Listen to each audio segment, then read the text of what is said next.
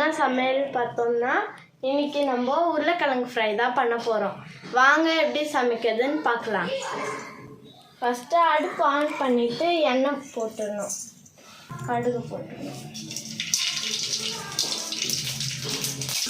Next கருவேப்பிலை போட்டுக்கணும். Next நம்ம கட் பண்ணி வச்சுருந்த உருளைக்கிழங்கு நல்லா வாஷ் பண்ணி இதுக்குள்ளே போட்டுக்கணும்.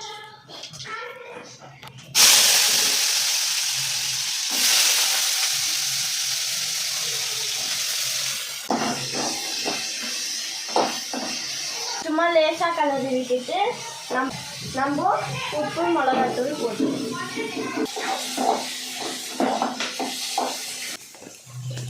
இன்னும் கொஞ்சம் வேணும், அதனால் கொஞ்சோண்டு லைட்டாக மூடி வச்சுக்கலாம்.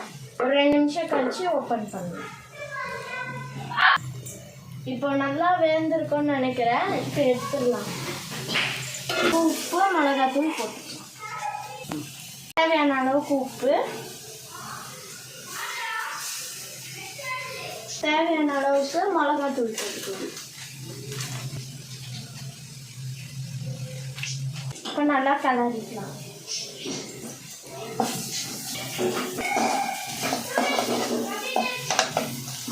உருளைக்கிழங்கு செஞ்சியாச்சு. இப்போ நீங்கள் லெமன் சாதம், புளி சாதம் இதுக்கெல்லாமே வச்சு நீங்கள் சாப்பிட்லாம். ரொம்ப டேஸ்ட்டாக இருக்கும். புளி சாதத்தோடு வச்சுருக்கோம். இப்போ நம்ம தம்பிக்கிட்ட கொடுத்து எப்படி இருக்குன்னு டேஸ்ட் பார்க்க சொல்லலாம். எப்படா இருக்கு? நல்லா இருக்கு. தேங்க்யூ.